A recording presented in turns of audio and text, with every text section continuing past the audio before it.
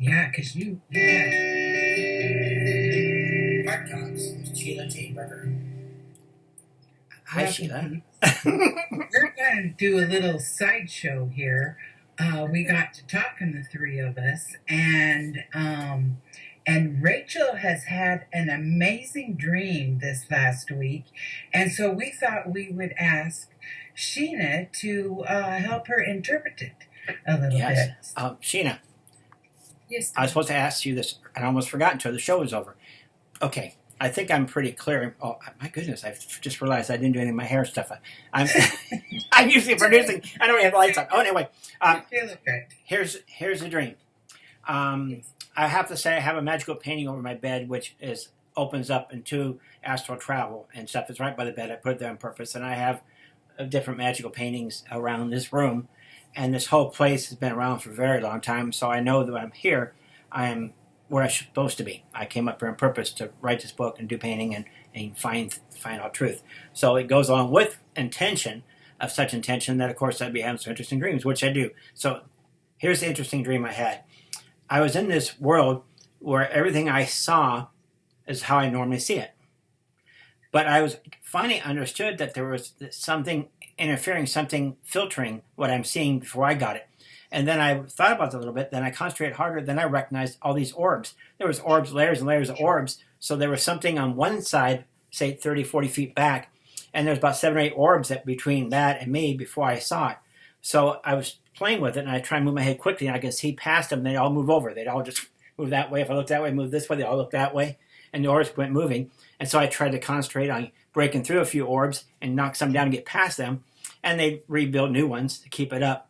And I thought it was so interesting how they were going so much trouble to create a reality that they wanted me to see.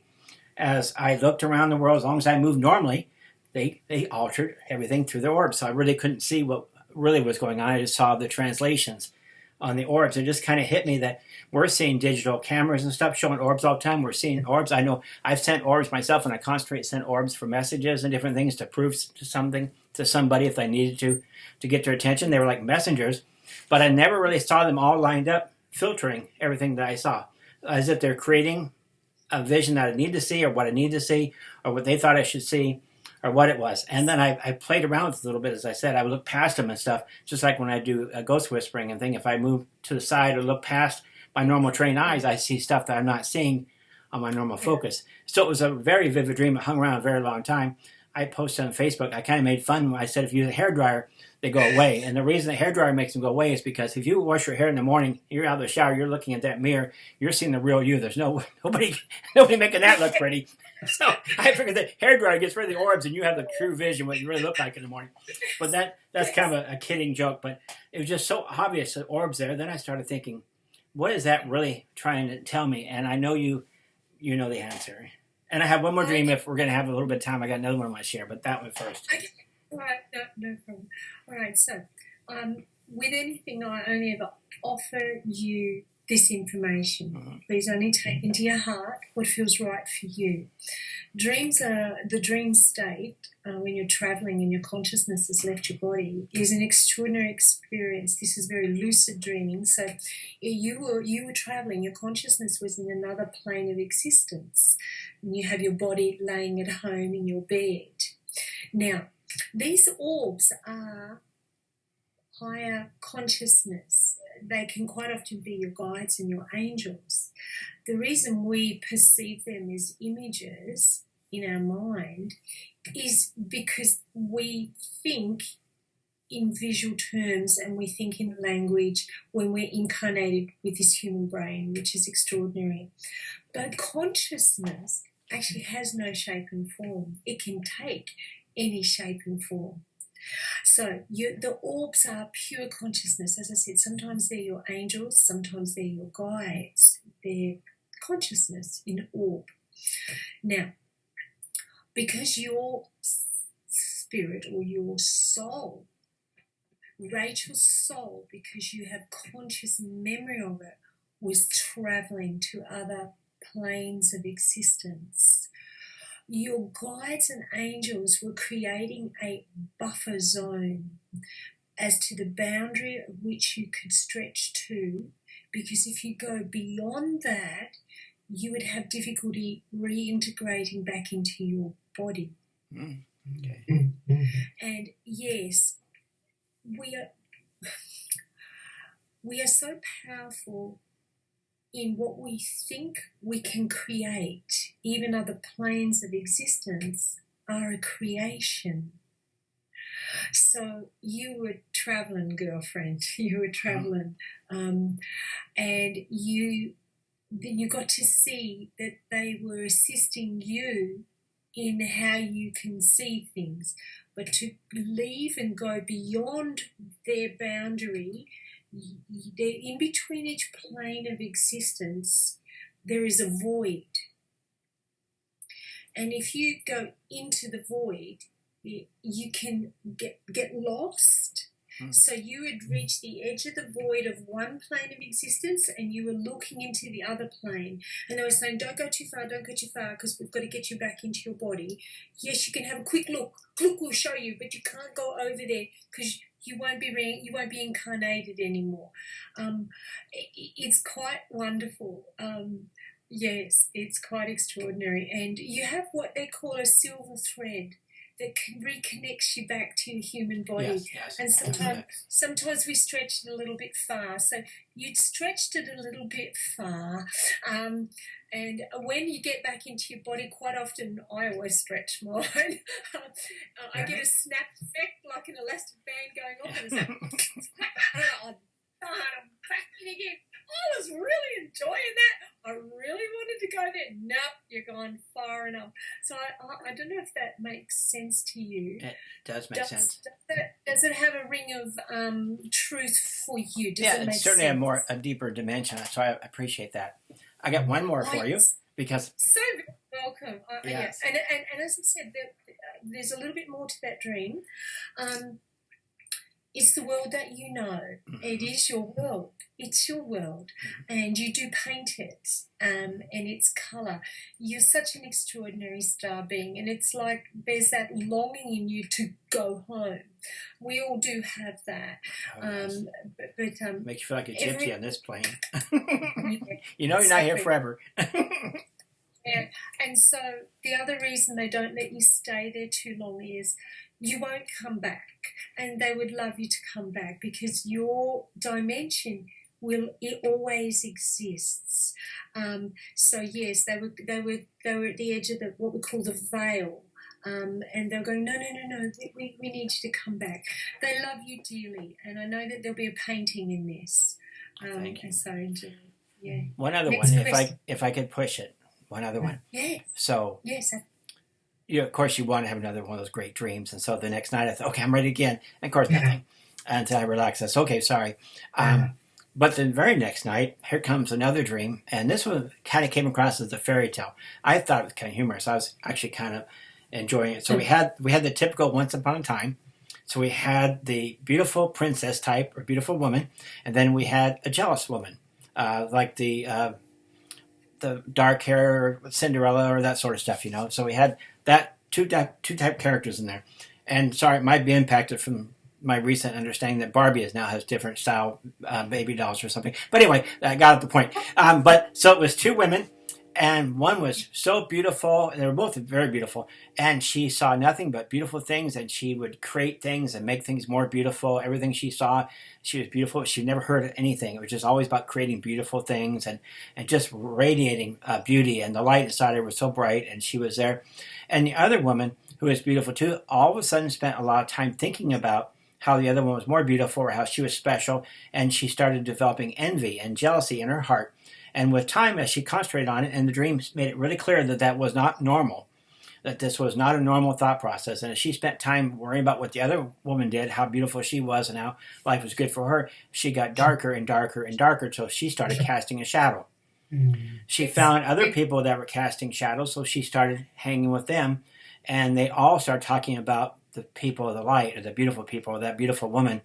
And they decided that they're going to turn the tide because they had had enough of how these people have it so good. And as you know, birds of a feather, so pretty soon there's a dark, shadowy group of people. And they decided that if they got one of them, trapped one of them, they would turn the tide and it would change the reality. So they built this beautiful castle. And the castle was covered with gold and silver outside, really beautiful. And inside was completely covered with mirrors, reflective surface on everything. The windows and stuff had reflective surface back in. The doors had reflective surface. And they told her they built this for her because she was so wonderful, so beautiful, and such a loving spirit. They wanted to give her a loving present. So she thanked them profusely for what a beautiful house, a beautiful castle. It was glowing. It was so beautiful. And then she opened the door and go in. They stayed way far away. So when she got in, they closed the door. And all she could see was her own reflection. Her own reflection was everywhere. It was a beautiful reflection. It started growing bigger and bigger, and it shot out the windows. It shot up the sky because it reflected, bounced back and forth. And the shadow people ran because they were afraid it was going to hurt them. And then it ended there with the woman, basically, she was trapped in that beautiful castle because she could not break anything beautiful. The reflection of light was too beautiful. So in essence, they had trapped her in her own beauty and her own power and her own light. Sure, the light was coming out, making a light beam, and it was beautiful, but she could never get out on the doors because she couldn't break anything beautiful to get out. She wasn't even aware there's anything else but beauty because she's surrounded by beauty. Wow. And then I woke up from the dream. Wow. And I spoke into my iPhone as soon as I woke up, and I put it on Facebook as kind of a storytelling because I said they didn't live happy ever after because she was trapped. But that's because I always had that little cuteness to the end of it. But that's a dream. Could you imagine? So beautiful, so powerful, creating things, making beautiful things, was eventually trapped by shadow people who were jealous, and they worked at being jealous. And then she was in a place where she was very effective, but she wasn't effective anymore because all she could see was beautiful things around her. Do you have any idea what that dream is trying to tell us? Well, that's fascinating. I think it's a powerful lesson, or it's a powerful analogy. It's like a child's fairy tale. I have to just consult with that one because I was just so enthralled. I know with the story. It's a story. I'm getting the impression that it's trying to show me something too about how sometimes we can't just be so enthralled by our own work, our own beauty and stuff, of course, too. Yeah. Well, what it is, I suppose it goes back to learning that for every action, there is a reaction. Now, of course, I don't feel that that's what would actually happen, No. but it's a state of being. We do reflect. Now, I'm getting the answers, and it just takes a moment for that higher consciousness to translate into thought. I would imagine that eventually other light beings would come and say, see this beautiful thing on and on, but then open the door and allow her to come out. So I don't think it's a permanent thing. I just thought there was a lesson there of some sort. A lesson with the shadow people that had to concentrate to become that way. They had to be jealous of others. And also how we only see beautiful things. The shadow people ran away. Yeah. So the light illuminated so much that they had to step back from it. So it depends on your concept of being trapped. Now, one of the interesting things is that in this dimension here, we're in a constant state of creation. And there's balance. The angels always explain to me that my energy and your energy, Sheila, we can be catalytic because we just shine so brightly, and that reflection can be too much for other people.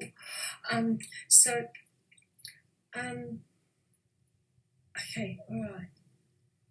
I'm just getting the messages so I can explain, and I've got to translate it into simple terms because I understand it in my consciousness, but to bring it into my human translate it just takes a minute because this is a beautiful one. Okay, so the lower vibrational energies, of course, light attracts light, dark attracts dark, and as you said, in the end, other light beings would see this shining light. She wasn't really trapped.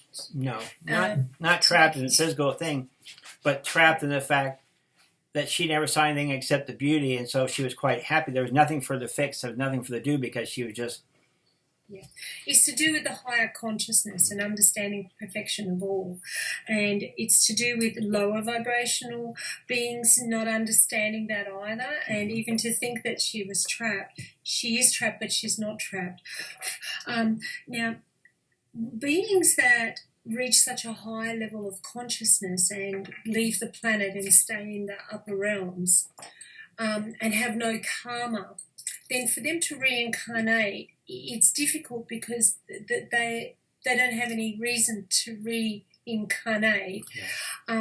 You have to be creative. There has to be balance. You have to understand things and look at things and go, oh, okay, I see that. Mankind sometimes, because they have free will, for them to learn, they do choose paths of lower vibration so that they can then understand the higher vibration. It's like a yin and a yang. I know that they're also telling you it's about balance.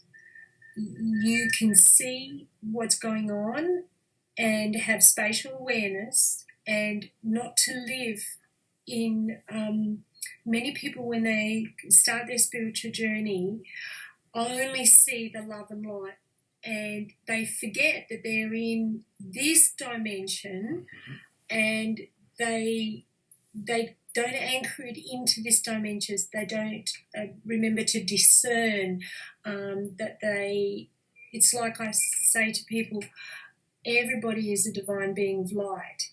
However, if I've got a madman running down the street waving a machete at me, I don't stand there and go, oh, brother, I see your love, I see your light. I get out of the way. So this dream is about sense and sensibility and balance. Yes, acknowledge the divinity in everyone, but also discern. Discern, because if you're with someone who could only just see the light, then they're not... they may not be able to function in the mastery of boot camp Earth. That there has to be a mastery. So you're seeing the split. You're seeing the split. You're seeing the difference. But she in your mind, she's trapped in the beauty. Can't she see what's going on around her? My mother taught me such incredible philosophy and wisdom when I was younger, and she said, Sheena, this is Earth. She said, no matter how pure you are, she said, if other people don't like you and they can't find anything bad to say about your child, she said they will make it up. So you can be this shining light, but how you really, really can really make an impact is connect with other people as a real, authentic human being. Understand that they may have envy in them. They may have jealousy in them. You can shine your light as bright as you like, but unless they understand it, they may not be able to accept it. They have to learn it. They have to learn that this is not going to serve them. I think your dream was incredibly powerful. It's definitely telling you can go one way or the other, but you're probably better to have balance in the middle. Now, I touched on the masters that ascended and have no karma. When you have no karma, they need us to help them. That's the best way to say this. Because they're not directly incarnated. They need to have energy or lessons or experiences so that something can be created for them as well, because they're sitting there not experiencing, not creating. They're creating in the higher realms.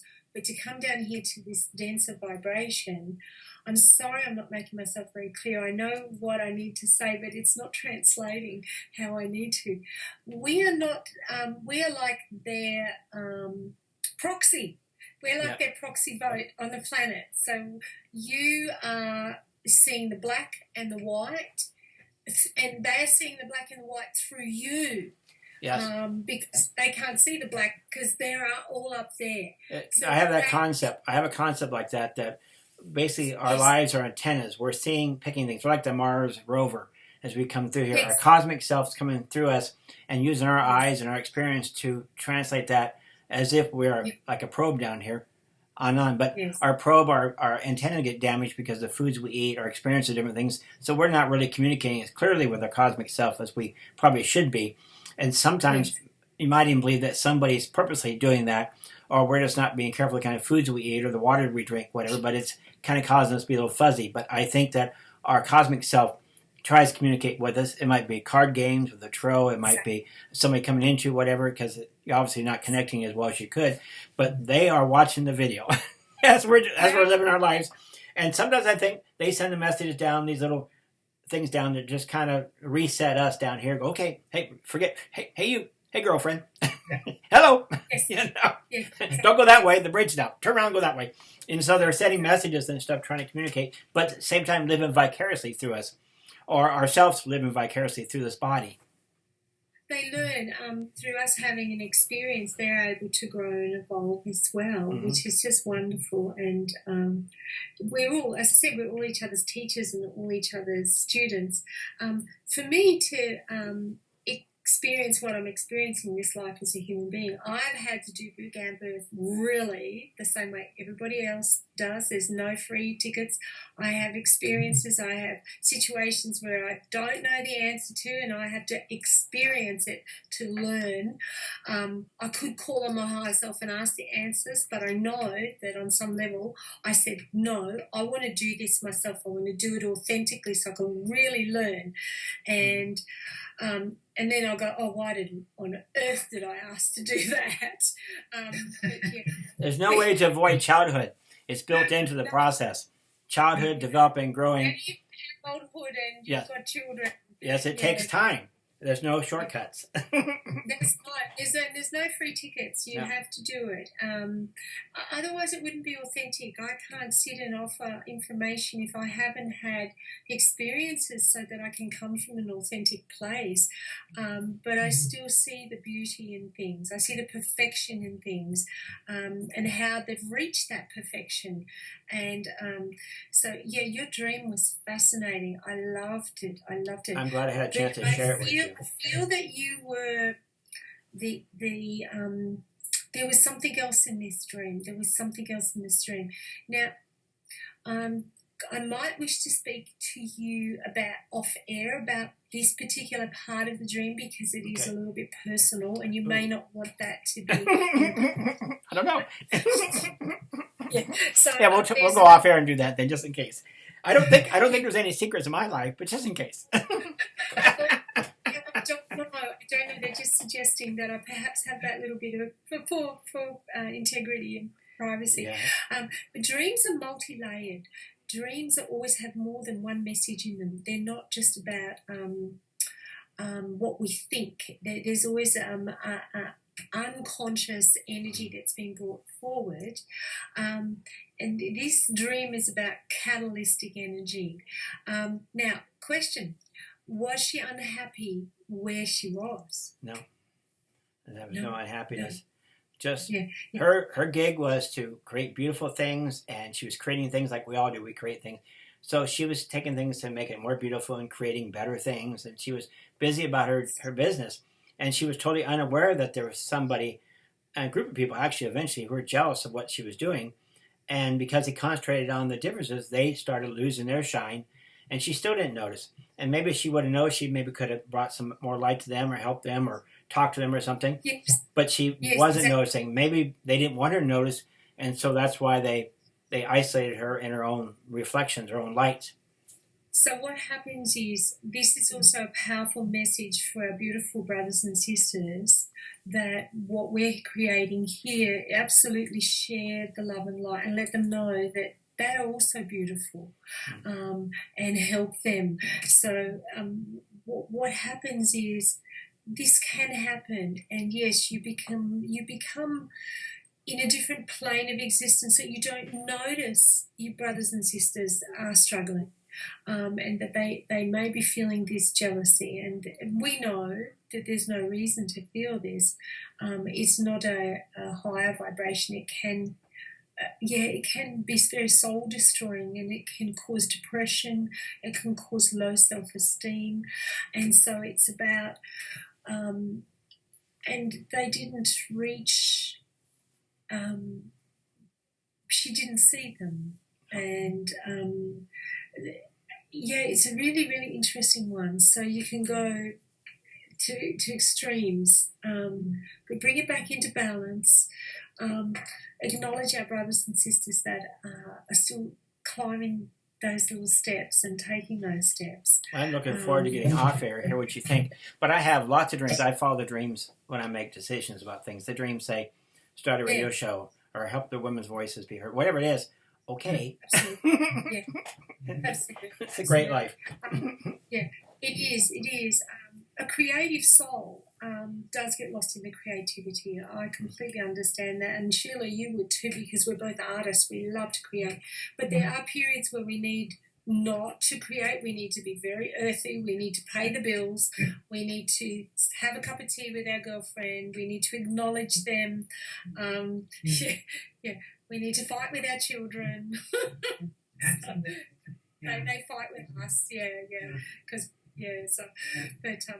well, Rachel is such she is an extremely bright star, and if you were to put her in this room with the mirrors, Rachel, you had an opportunity to see how beautiful you are, and there is a door. It's okay for you to see your reflection and see your beautiful creation that you are giving to this world, and to your beautiful bright star self that you are. So, and we, I mean, we'll come open that door and bring you out, sister. I'll bring chocolate. Oh, chocolate's good stuff. We'll come in and have tea with you. Yes. Come on in. Well, I appreciate you taking time for the dream stuff. I know you had a busy show and all.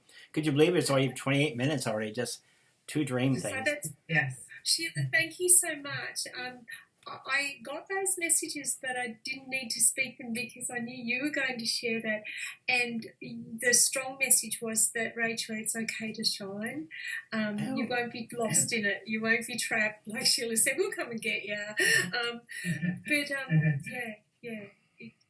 Thank you, Sheila. I love your message. I could feel you. I could feel we were communicating on another level, and I was thinking, it goes so fast when I get the messages that it's like war and peace in a second, and I have to then stop and then bring it into conscious mind and then try and put it into conscious thought and then translate it into language.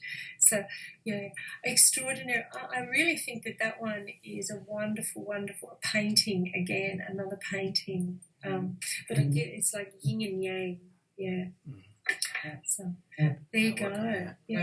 Rachel, did we answer the questions? Does it ring true with you? There's another part that there's more. We'll get off air and talk about more, but I knew I was supposed to share the message. I was supposed to share the dream, so what a great opportunity to have you and Sheila here to help share that message and translate it to maybe help just not myself, but other people, because I know it wasn't just for me.